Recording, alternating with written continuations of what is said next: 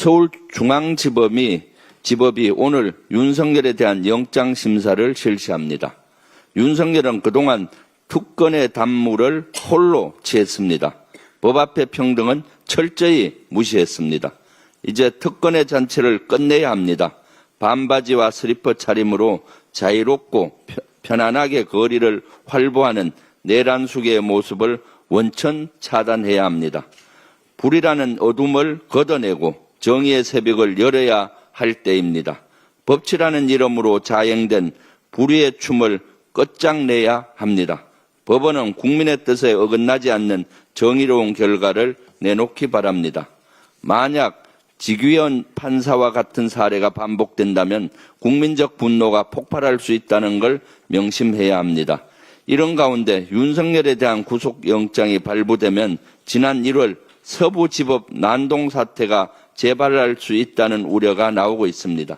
법원 난동은 대한민국의 건강을 뒤흔드는 매우 심각한 범죄입니다. 경찰은 엄중하고 단호한 대응으로 다시 서부지법 사태가 재현되지 않도록 철저히 대비해 주시기 바랍니다. 가짜 좌파들과 싸우는 전사가 필요하다. 민주당이나 좌파 집단은 우리가 상상할 수 있는 모든 것을 한다. 이진숙 방송통신위원장이 지난해 9월 보수 유튜브 채널에 출연해서 한 말입니다. 당시 공무원의 정치적 중립 의무를 위반했다는 비판이 불거진 바 있습니다. 결국 감사원은 국가공무원법을 위반했다며 이준숙 위원장에게 주의 처분을 내렸다고 어제 밝혔습니다. 그러나 이는 솜방망이 처분에 불과합니다. 방통위는 방송의 공공성과 표현의 자유에 중대한 영향을 끼치는 기관입니다. 그 중에서도 기관장은 엄격하게 정치적 중립을 지켜야 하는 자리입니다. 일반 공무원보다 더욱 엄중한 잣대를 적용해 징계해야 하는 이유입니다. 게다가 이진숙 위원장은 비공개로 이루어진 국무회의 내용을 왜곡하고 무단으로 공개했습니다. 자기 정치에 이용한 것입니다. 이재명 대통령은 방송 3법에 대한 의견을 물었습니다. 그런데 방통위 자체안을 만들라는 업무 지시를 했다고 호도했습니다. 공정성과 진실 추구를 생명처럼 여겨야 할 방통위원장이 듣고 싶은 것만 듣고 말하고 싶은 것만 말한다면 그 자리에 있을 자격이 없습니다.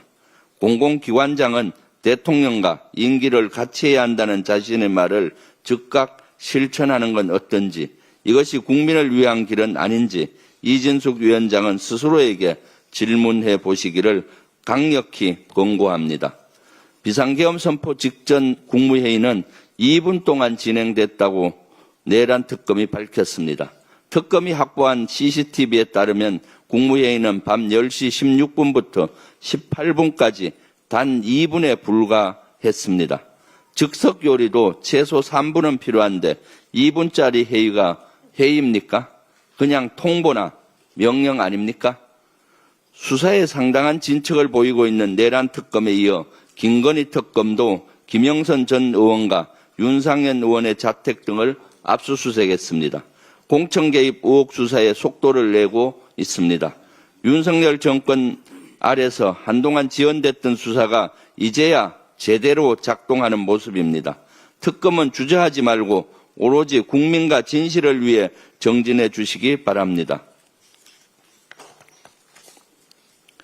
국민의힘 혁신위원장 제안을 수락했던 안철수 국민의힘 의원이 혁신이 출범 20분 만에 사퇴했습니다. 권영세, 권성동 등 최소한 2사람에 대한 인적 쇄신을 요청했지만 거부됐다는 이유입니다. 이 정도면 국민의힘의 거짓 혁신소가 20분 만에 들통난 거 아닙니까? 민망하지 않습니까? 애초부터 혁신할 마음이 있기는 했는지 묻지 않을 수 없습니다. 혁신도 국정에도 관심이 없는 정당, 오로지 기득권 챙기기에만 관심 있는 정당, 제발 민생의 발목이라도 잡지 마십시오. 이상입니다.